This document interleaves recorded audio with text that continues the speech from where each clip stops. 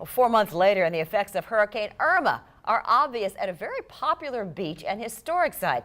You know how you can take a ferry boat out from the Matanzas in St. Johns County. It is a really well-toured area. Right. Well, you can't do that now because of hurricane damage. Our Jessica Clark reports that last week's nor'easter made things even worse.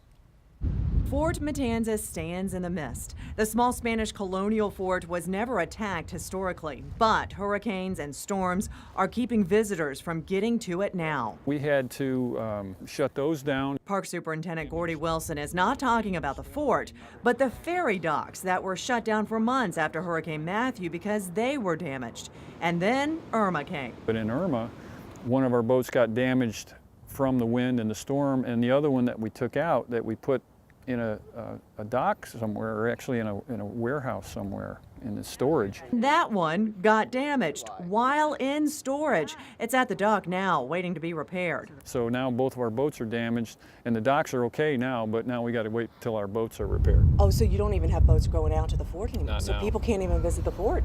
Right. I knew the storms had taken a toll on the park, but I was surprised at the extent of the damage. This long, beautiful boardwalk through the dunes and out to the beach has been closed since Hurricane Matthew. And then Hurricane Irma came along and did even more damage.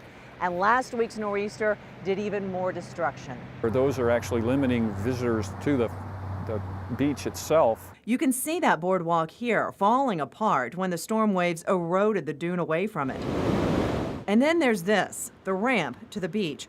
This is what it used to look like when you drove out onto the beach. And now, as of last week, the end is not even touching the sand, and the older ramp underneath is exposed. So we've got to assess the damage there, and that was just from a nor'easter. There is some good news at Fort Matanzas. The nature trails have been cleaned up and are open, and the boardwalk to the intracoastal waterway is open. Meanwhile, the fort, the park's main attraction, is still unreachable because the boats may not be in service for another month. And so it stands there, a stoic, lonely symbol of strength after the storms. In St. Johns County at Fort Matanzas, Jessica Clark, First Coast News on your side.